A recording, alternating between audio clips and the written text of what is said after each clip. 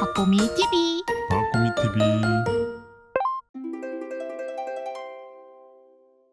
안녕하세요, 박보미입니다. 오늘도 특별한 분을 모셨습니다. 우리가 투자를 하다 보면 여러 산업들이 되게 어렵잖아요. 그 중에 특히 우리한테 어려운 건 제약바이오 산업이라고 생각이 됩니다. 우리가 이 어려운 산업을 어떻게 접근을 시작하고 공부를 시작할 수 있을지 산업 기초 지식을 위해서 모시기 힘든 전문가분을 모셨습니다. 안녕하세요. 안녕하세요. 네, 안녕하세요. 저는 이제 3주 전에 이베스트 투자증권을 퇴사한 제약바이오 애널리스트 강하나입니다. 현재는 얼리버라는 이름의 제약바이오 그리고 미용까지 좀 확장된 유튜브를 운영하고 있습니다. 자, 제약바이오 산업, 어떤 산업이다라고 말할 수 있을까요? 대표적인 성장 섹터라고 보시면 될 것 같고요. 생각보다 제약바이오가 질환 혹은 기전, 그리고 이 약이 앞으로 얼마나 잘 팔릴지 이런 걸 다 알려면 공부할 게 너무 많아서 안 보시는 분들이 생각보다 많습니다. 그런데 제약바이오 섹터의 가장 큰 장점 중 하나는 기대감이라는 게 좀 많이 반영이 되는 섹터라는 점, 그리고 두 번째로는 글로벌 빅파마들, 글로벌 대형 제약사들의 동향을 가장 많이 따라가는 분야가 제약바이오 섹터인 것 같아요. 그래서 제약바이오는 전체적으로 의약품이 중심이기는 하나 글로벌 트렌드에 부합하는 기술이나 기전을 다 따라가게 되어 있는 그런 섹터라고 보시면 될 것 같습니다.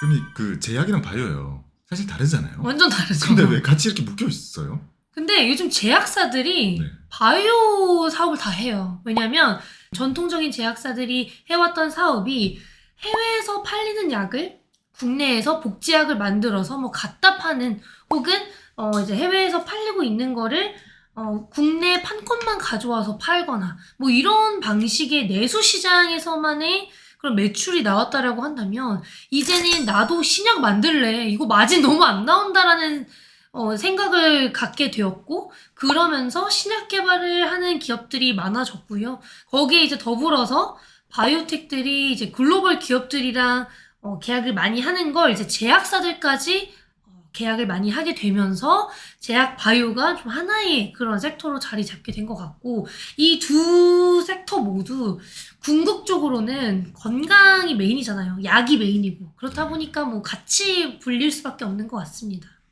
그러면 이게 약을 유통하는 역할을 주로 했던 제약사들과 맞아요. 그리고 새로운 신약을 개발하는 목적을 가졌던 바이오 회사가 예전에는 좀 구분이 되어 있었다면, 지금은 이 제약 회사들이 맞아요. 신약을 하는 쪽을 많이 하기 때문에 오히려 지금 붙여 쓰는 말이 자연스러운 그런 그쵸. 상황이 되었네요. 그 대표적인 전통적인 제약사라고 네. 하게 되면요, 우리나라로 봤을 땐 딱 어디가 딱 떠올릴 수 있을까요? 사실 정말 대표적인 게 유한양행이랑 한미약품이죠. 유한양의 한미약품. 네, 유한양행 한미약품은 전통 제약사 중에서도 가장 오래됐고 매출도 정말 잘 나오는데 이제 바이오텍의 면모도 갖고 있는 회사들입니다. 이 두 회사 모두 파이프라인, 그러니까 신약으로 개발하고자 하는 물질이 다른 회사들 대비 많은 회사들이에요. 근데 이런 정말 오래되고 전통적인 제약사들이 바이오의 면모를 이제 보여주고 있는 상황인 거죠. 제가요, 아까 오시기 전에 저희 직원들한테 자, 바이오 하면 뭐가 떠올라요? 딱 얘기했거든요. 그러니까 첫 번째 셀트리온, 그 다음에 삼바. 네. 자, 우리가 지금 얘기했던 유한양인과 한미약품이랑은 또 이제 다르잖아요. 맞아요. 이들의 관계나 이거 간략하게 정리 한번 해줄 수 있을까요? 사업 구조도 너무 다르고 매출이 나오는 분야도 너무 다릅니다. 일단 제약사는 이제 말씀드렸다시피 유한양행과 한미약품이 정말 오래전부터 해외 기업들이 만든 약을 우리나라 내수 시장에서 팔거나 자체 복제약을 만들어서 팔았던 것, 혹은 전문의약품이 아닌 일반 의약품 있잖아요. 약국 가서 감기약 주세요 하면 주는 게 다 이제 일반 의약품이거든요. 그런 것들을 팔았던 이런 회사들이 있고, 이제는 우리나라에서 대형주 중에서 대표적인 게 삼성바이오로직스랑 셀트리온이잖아요. SK그룹도 있지만, 근데 삼성바이오로직스와 셀트리온의 본업 중 하나가 바이오시밀러잖아요. 바이오 약품을 복제해서 만든 게 바이오시밀러인 거고, 과거에는 화학합성약품을 복제해서 만든 게 제네릭인 거예요. 근데 이 바이오시밀러는 생각보다 만들기가 어렵습니다. 연구 개발하는데 비용도 투여가 많이 되고 구조적으로 어렵기 때문에 삼성바이오틱스와 셀트리온이 이런 바이오시밀러 시장을 전 세계적으로 좀 다른 기업들 대비 빨리 선점했기 때문에 그렇게 매출이 많이 나올 수 있었던 거고요. 삼성바이오틱스는 셀트리온과 또 다르게 CMO, CDMO 매출이 메인입니다. CMO, CDMO는 위탁 생산, 다른 빅파마들, 대형 제약사들이 자체적으로 갖고 있는 의약품을 생산을 해야 팔 거 아니에요. 그러니까 생산을 해줘! 라고 맡기는 게 이제 삼성바이오틱스 같은 CDMO, CMO 회사에 맡기는 거라고 보시면 될 것 같습니다.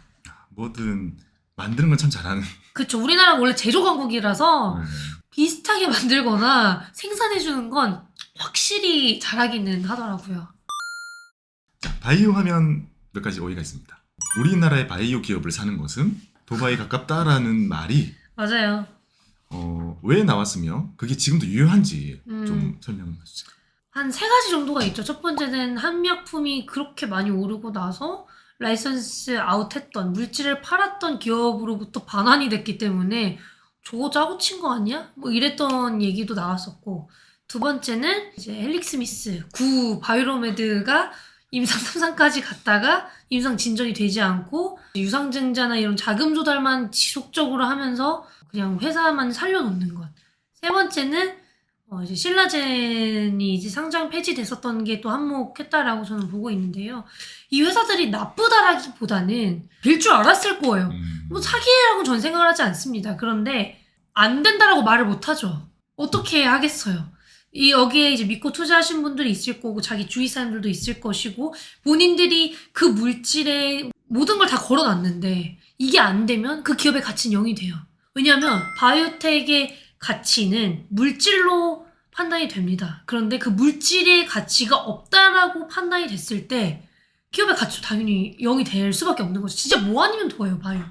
그러니까 도박성이 없다고 할 수는 없을 것 같아요. 그런데 최근에 옥석가리가 좀 많이 됐거든요. 코로나 이후에 한 2, 3년 동안 제약바이오가 계속 안 좋았잖아요. 그러니까 너무 안 좋았어요. 너무 심하게 안 좋았어요. 그랬던 회사들이 매출 성장폭이 커지고 파트너사들이 많아지고 혹은 바이오텍들 중에서는 라이선스 계약을 하는 이력이 점점 많아지면서 그 기업의 가치가 올라갈 수밖에 없는 구조가 생기고 있는 거예요. 그리고 코로나 때 2, 3년 동안 안 좋았던 바이오 기업들이 한 번이라도 과거에 라이선스 계약 이력이나 혹은 파트너십 이력이 있었다라고 한다면 빠진 거는 그 기업의 가치와 상관없이 그냥 제약바이오 투심이 안 좋았기 때문이기 때문에 저는 그런 기업들의 경우에는 도박성이 짙다라고 생각하지 않습니다. 왜냐면 기업의 가치를 판단할 만한 계약은 이미 충분히 나왔고 그런데 사람들이 그냥 제약바이오 싫어서 안 사는 거니까 그런 건 결국에는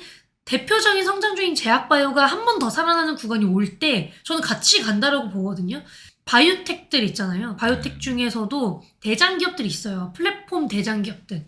플랫폼 대장 기업들이 글로벌 대형 제약사들이랑 계약을 한 이력이 많은데 원래 3대장이었는데 5대장으로 바뀌었어요. 3대장은 레오켄 바이오, 알테오젠, ABL 바이오 이렇게 3개였는데 이 세 회사 모두 글로벌 제약사들이랑 계약을 여러 차례 한 이력이 있고요. 이제 5대장으로 바뀐 게 이제 지아이노베이션이랑 에이프릴 바이오가 추가가 됐어요.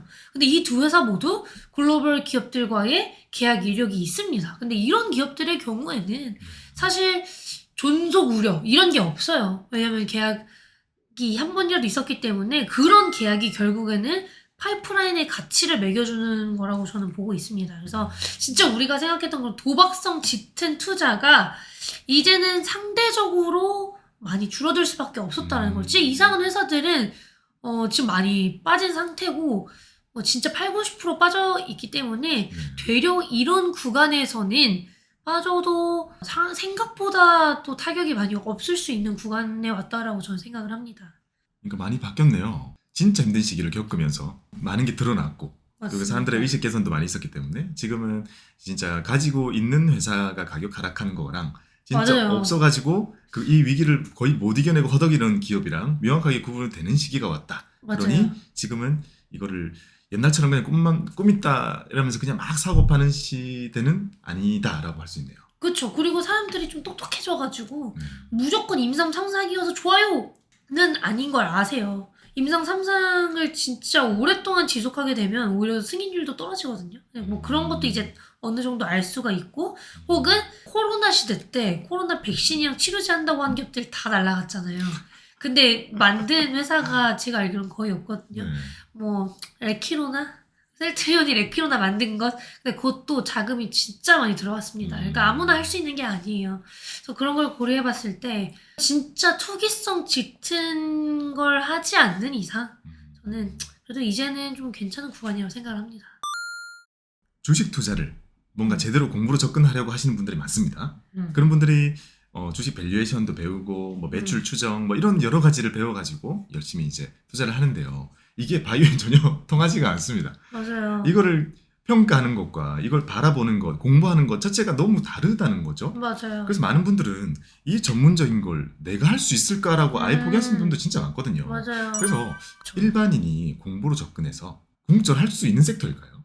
저는 할 수 있다고 생각해요. 왜냐면 용어도 사실 진짜 알아야 되는 용어는 뭐 한 4개? 항암제에 있어서는 뭐 4개 정도만 알면 되거든요. 객관적 반응률이 뭐 ORR, OS 전체 생존기간, PFS 무진행 생존기간, 부작용, 그레이드. 뭐 이것만 알아도 항암제는 임상 데이터 확인이 다 되거든요. 네. 이것만 알아도. 근데 이 정도는 반도체 공부할 때보다도 저는 더 쉽다라고 생각을 해요. 듣고 보니 그러네요. 네, 반도체 뭐 전공정, 후공정 뭐 이것저것 다 있더라고요. 그래서 저도 어려워서 안 보는데 네. 항암제를 볼 때 이거 4개 정도만 알아도 되고 글로벌 기업들이 어느 수준에서 효능을 보였는지랑 대충 네이버 쳐도 나오거든요. 근데 그거랑 비교를 했을 때 비슷하거나 조금이라도 낫다라고 한다면 확실히 이 기업의 가치는 높아질 수 있을 거라고 저는 생각할 수 있게 될 것 같고요. 저는 좀 걱정이 되는 건 기사 같은 거 나올 때 이제 제목에 뭐 빅파마와 계약 논의 중 뭐 이런 거 있잖아요. 네. 혹은 뭐 여러 빅파마와 미팅 뭐 이런 거는 미팅. 사실 너무 투기적이라서 개인적으로 추천은 안 드리고, 좀 좋은 방법을 제가 최근에 알게 됐는데 네네. 학회가 연간 언제 진행이 될지는 뭐 연초에 어차피 다 정해지잖아요. 네. 뭐 1월에 JP모건 헬스케어, 4월에 ACR, 뭐 6월에 아스코 이렇게 다 정해져 있는데 네. 이 학회를 알고 기대감만 가져가는 것도 뭐 단기적으로 트레이딩하기는 너무 좋지만 나는 그런 건 너무 무서워. 사고팔고 할 수가 없어라고 한다면 초록이나 임상 데이터가 나오고 우리나라는 뭐 빠질 수 없죠. K세론이 있는 경우가 또 많습니다. 이제 K세론을 맞는 경우 데이터가 좋은데 K세론이다? 저는 그때 사도 좋다라고 생각을 해요. 왜냐면 데이터가 좋으면 궁극적으로 좋은 계약으로 이어지게 되고 그 계약이 결국에는 기업의 가치로 이어지게 될 텐데 K세론이면은 저는 오히려 땡큐라고 생각을 하거든요. 지금 같은 구간에서는. 그래서 오히려 그렇게 데이터 확인 후에 투자를 할 수 있게 된다면 리스크도 많이 저는 줄어드는 거라고 보고 있고, 제일 저는 걱정이 되는 건 임상 3상 전까지 만약에 이 회사가 이 물질을 팔지 못했다? 그럼 저는 그 물질이 좋은지 좀 의구심을 가져야 된다고 생각을 해요. 왜냐면 우리나라는 FDA 승인 노하우도 없고 그렇다고 임상을 제대로 진행할 수 있을 만한 돈도 없고, 대규모 임상이니까 진짜 후기 임상부터는 돈이 엄청 많이 들어가는 몇천억 들어가는데 그걸 낼 수 있는 회사가 우리나라에 뭐 몇 군데나 있겠어요. 그러니까 대규모 임상인 임상 3상 전에 다 팔아야 되는데 그걸 못했다? 그러면 물질이 저는 별로라고 생각을 하는 거고, 그런 기업의 가치는 궁극적으로 다 떨어지게 되어 있더라고요. 그래서 임상 3상이 뭐 진입을 했다까지는 오케이. 근데 그 이후에 만약에 진전이 없다라고 한다면 저는 되려 그런 기업들을 안 보는 게 더 나을 수도 있다라고 생각을 하고요. 그래도 라이선스 계약 이력이 한두 개는 있어야 이게 바이오텍으로 관심을 받을 수 있지 않나라고 생각을 합니다.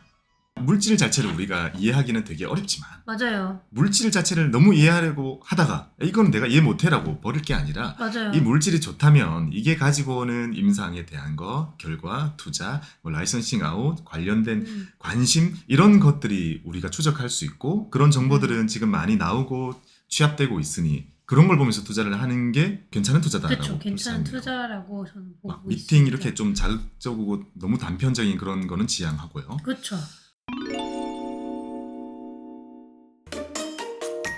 박보미 TV 박고미 TV